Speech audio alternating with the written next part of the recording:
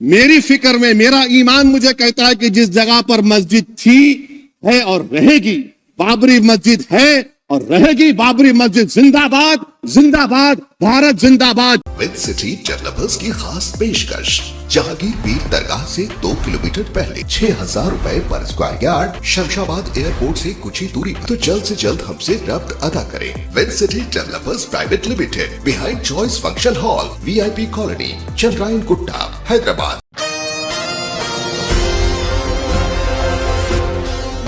कुल हिंद मजलिस इत्तेहाद मुस्लिमीन के सदर रुकन पार्लियामेंट हैदराबाद बैरिस्टर असदुद्दीन ओवैसी आज लोकसभा में बात की। इन्होंने अयोध्या में राम लल्ला पर मुनक़दा मुख्तसर दौरानिया की बहस में भी हिस्सा लिया। इस मौके पर खिताब करते हुए इन्होंने बाबरी मस्जिद जिंदाबाद, जिंदाबाद, भारत जिंदाबाद के नारे भी लगाए। इन्होंने याद दिलाया कि पार्लियामेंट ने 16 दिसंबर 1992 को बाबरी मस्जिद के निज़ाम की मजम्मत की थी। इस वाक़े की वजह से VHP जैसी तंजीमों पर ज़ात पात के तशद्दुद का इल्ज़ाम लगाया। बैरिस्टर ओवैसी ने मरकज़ी हुकूमत पर इल्ज़ाम लगाया कि बाबरी मस्जिद के निज़ाम के जिम्मेदार 2 लोगों को भारत रत्न अवार्ड दिया गया है। बैरिस्टर ओवैसी ने याद दिलाया कि सुप्रीम कोर्ट ने अपने फैसले में कहा था कि इस्लामी इमारत की तबाही तकलीफदा है। सुप्रीम कोर्ट ने अपने फैसले में महकूम आसार ख़दीमा की जानिब से दी गई रिपोर्ट को मुस्तरद कर दिया। बैरिस्टर ओवैसी ने कहा कि मस्जिद बनाने के लिए मंदिर नहीं तोड़ा गया। बैरिस्टर ओवैसी ने कहा कि वो वज़ीर आज़म मोदी से एक सवाल पूछना चाहते हैं, क्या मोदी हुकूमत सिर्फ हिंदुओं के लिए है या पूरी कौम के लिए।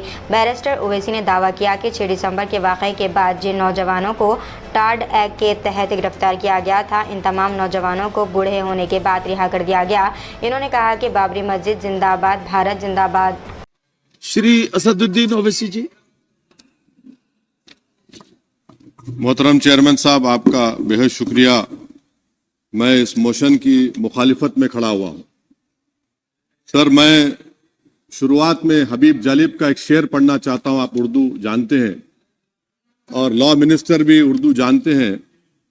हबीब जालिब ने कहा था कि हुक्मरान हो गए कमीने लोग, खाक में मिल गए नगीने लोग, हर मुहिब वतन जलील हुआ, रात का फासला तवील हुआ, आमिरों के गीत जो गाते रहे वही नामो दाद पाते रहे, रहजनों ने रहजनी की थी, रहजनों ने रहजनी की थी, रहबरों ने भी क्या कमी की थी। सर, मैं अभी सुन रहा था हमारे शिंदे ग्रुप के शिवसेना के पार्टी लीडर अपनी तकरीर कह रहे थे। कहा कि 6 दिसंबर में जब बाबरी मस्जिद को शहीद किया जा रहा था तो उस वक्त के वजीर आजम नरसिम्हा राव पूजा कर रहे थे। आप ही ने कहा और कहा कि मैं डिस्टर्ब नहीं करना। तो ये बड़ा अजीब मौका है कि बीजेपी की ताईदी पार्टी ये कह रही है कि नरसिम्हा राव ने कहा कि मुझे डिस्टर्ब मत करो, मैं पूजा कर रहा हूं, और जिसने रथ यात्रा निकाला, इन दोनों को मोदी सरकार ने इस मुल्क का सबसे बड़ा सिविलियन अवार्ड दे दिया, सबसे बड़ा सिविलियन अवार्ड दे दिया। तो ये बताता है कि इंसाफ जिंदा है या जुल्म को बरकरार रखा जा रहा है।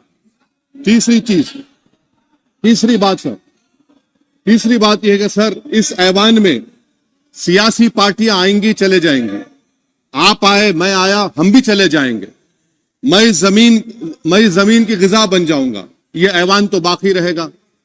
मगर सर, मैं ताजुब कर रहा हूं कि लोकसभा मुख्तलिफ आवाजों में कैसे बोल सकता है।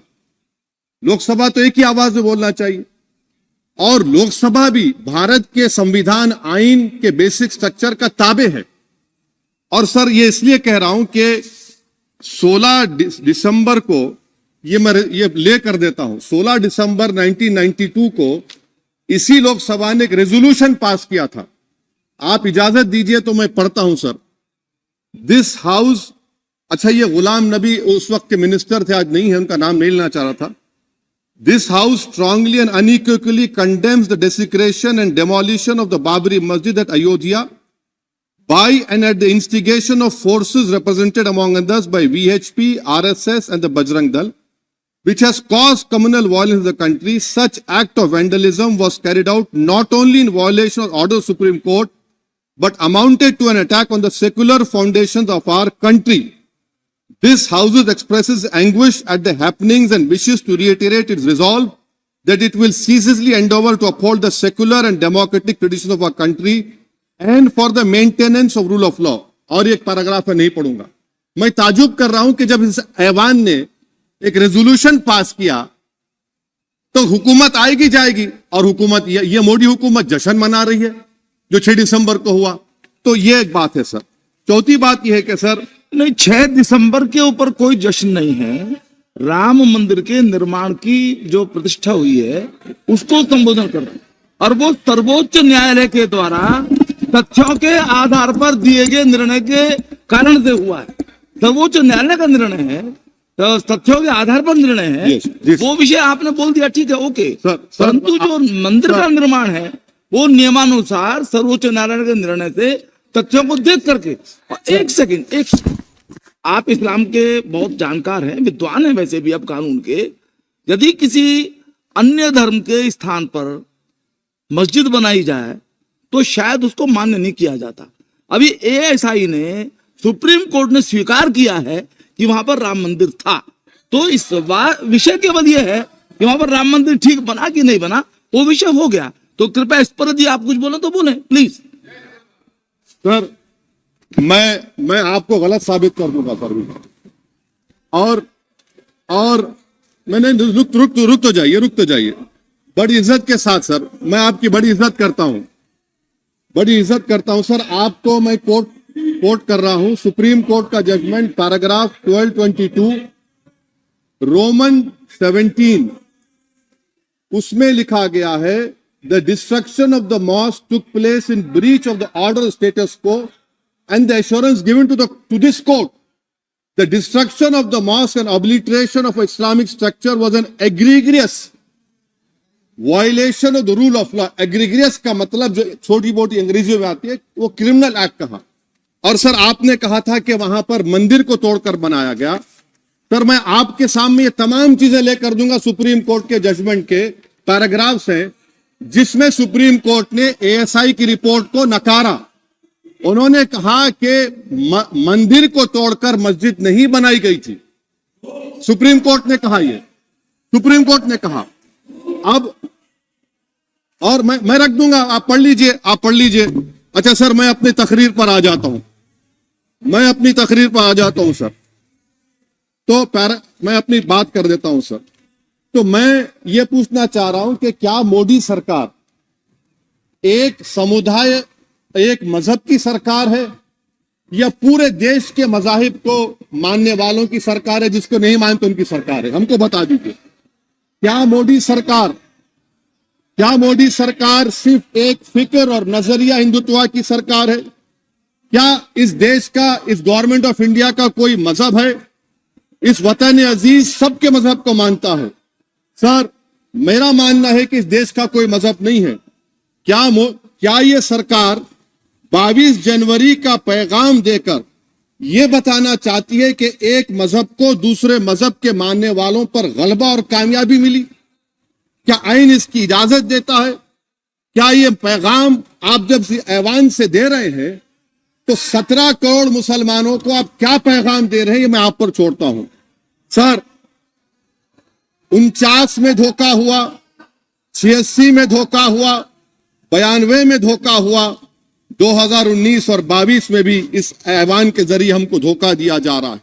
और अफसोस के साथ कहना पड़ता है सर कि मुस्लिम अक़लियत को हमेशा यह कहा गया कि तुमको भारत के शहरी बरकरार रहने के लिए एक बहुत बड़ी कीमत तुमको चुकानी पड़ेगी, और हम पर इल्जाम लगा दिया गया। सर क्या मैं बाबर का स्पोक्स पर्सन हूं? क्या मैं जिना का स्पोक्स पर्सन हूं? क्या मैं औरंगजेब का स्पोक्स पर्सन हूं? बताइए सर, आखिर मैं कहां तक आप मुझे लेकर जाएंगे? दूसरी बात यह है सर, दूसरी बात यह है कि फिर 6 दिसंबर के बाद देश में फसाद हुआ, नौजवानों को टाडा में डाला गया जो बूढ़े होकर निकले। यकीनन आपकी सरकार नहीं थी, आपकी सरकार नहीं थी। अच्छा बल्कि मैं तो मर्यादा पुरुषोत्तम राम की इज्जत करता हूं, मगर मैं नाथूराम गोडसे से नफरत करता हूं। मेरी नस्लें नफरत करती रहेंगी क्योंकि नाथूराम गोडसे ने उस शख्स को गोली मारी जिसके जबान से आखिरी लफ्ज निकले हे राम। सर छठी बात यह है कि 87 में मलियाना हाशिमपुरा हुआ, 83 में नेल्ली हुआ, 44 में जम्मू में नस्ल कशी हुई, 2022 में हल्दीवानी में कत्ल हुआ। इतने धोखे सबसे बड़े किसको दिए गए? असदुद्दीन ओवैसी को दिए गए। मगर फिर भी मुझसे ही कहा जाता है कि वफादारी को तुम साबित करो अपनी ओवैसी। सर, आज भारत के 17 करोड़ मुसलमान अपने आप को अजनबी और एलिनेट महसूस कर रहे हैं। मैं बहुत बड़ी नाइंसाफी होती है। सर, ये कोई तारीखी नाइंसाफी को इंसाफ नहीं किया जा रहा है। स्पीकर बल्कि सर, अंग्रेजी में स्पीकर सर, केवल एक प्रश्न का जवाब ओवैसी साहब दे दें कि बाबर को वो आक्रमणकारी मानते हैं या नहीं मानते? पुष्पमित्रा संघा को आप क्या मानते हैं?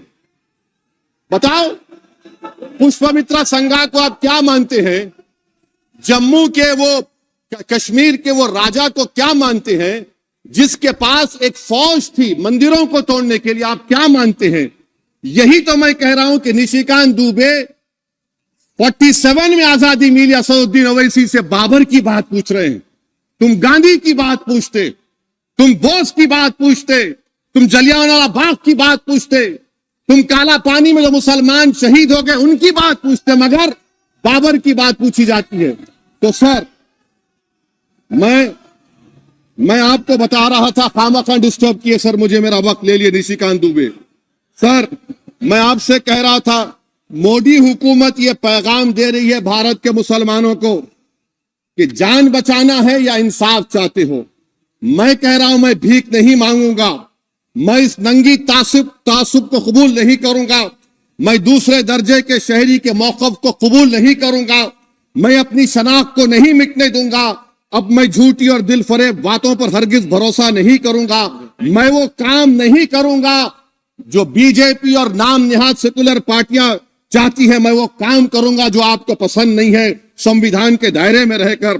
सर, कंक्लूजन में मैं आपको बताना चाहता हूं कि आज इस देश को किसकी जरूरत है? इस देश को अयोध्या में, तारीख शायद नहीं पढ़ते होंगे, मौलाना अमीर अली कौन थे? पुजारी बाबा रामचरण दास कौन थे? अयोध्या के पुजारी थे। दोनों ने मिलकर अंग्रेजों के खिलाफ जंग लड़ी थी और दोनों ने, अंग्रेजों ने इनको गिरफ्तार किया और एक पेड़ पर मौलाना अमीर अली को और पुजारी रामचरण दास को फांसी दे दी गई। देश को इनकी जरूरत है। देश को शंभू प्रसाद, अचन खां, ये राजा देवी बख्श सिंह के फौज में थे, अंग्रेजों से मुकाबला किया, मुसलमान की लाश को जला दिया गया और शंभू प्रसाद को दफना दिया गया। इस देश को यह जरूरत है, देश को बाबा मोदी की जरूरत नहीं है। आज भारत को अयोध्या के मौलाना अमीर अली और रामचरण दास, अचन खान, शंभू खान की जरूरत है। सर, मैं अभी सुन रहा था ये नाम निहाद सेकुलर पार्टियों के बयानात को। क्या होता है सर, आप, खत्म कर रहा हूं, क्या होता है सर, जब काजी साहब गवाहों को लेकर दुल्हन के पास जाते कि तुमको निकाह कबूल है, तो दुल्हन शर्मा के खामोश बैठ जाती। तो इनकी खामोशी रजामंदी की अलामत है। जी जी। तो सर, मैं खत्म करने से पहले यह बताना चाह रहा हूं कि जब वजीर आजम जवाब देंगे तो क्या वो भारत के 140 करोड़ जनता के लिए जवाब देंगे या फिर सिर्फ हिंदुत्व की फिक्र रखने वालों का जवाब, मैं खत्म कर जवाब देंगे? मैं ये देश, दुनिया, मुसलमान देख रहा है। सर, मैं आपको यह भी बताना चाह रहा हूं, आखिर में कंक्लूड कर रहा हूं सर, 1 मिनट चाहिए, 1 मिनट चाहिए सर। सर, मेरा मानना यह है कि आज मैं बहैसियत एक भारत के गयूर मुसलमान के, let me stand as a tall Indian Muslim and say that the light of Indian democracy today is at its dimmest today, sir. Sir, in conclusion, मेरी फिक्र में, मेरा ईमान मुझे कहता है कि जिस जगह पर मस्जिद थी, है और रहेगी, बाबरी मस्जिद है और रहेगी, बाबरी मस्जिद जिंदाबाद, जिंदाबाद, भारत जिंदाबाद, जय हिंद।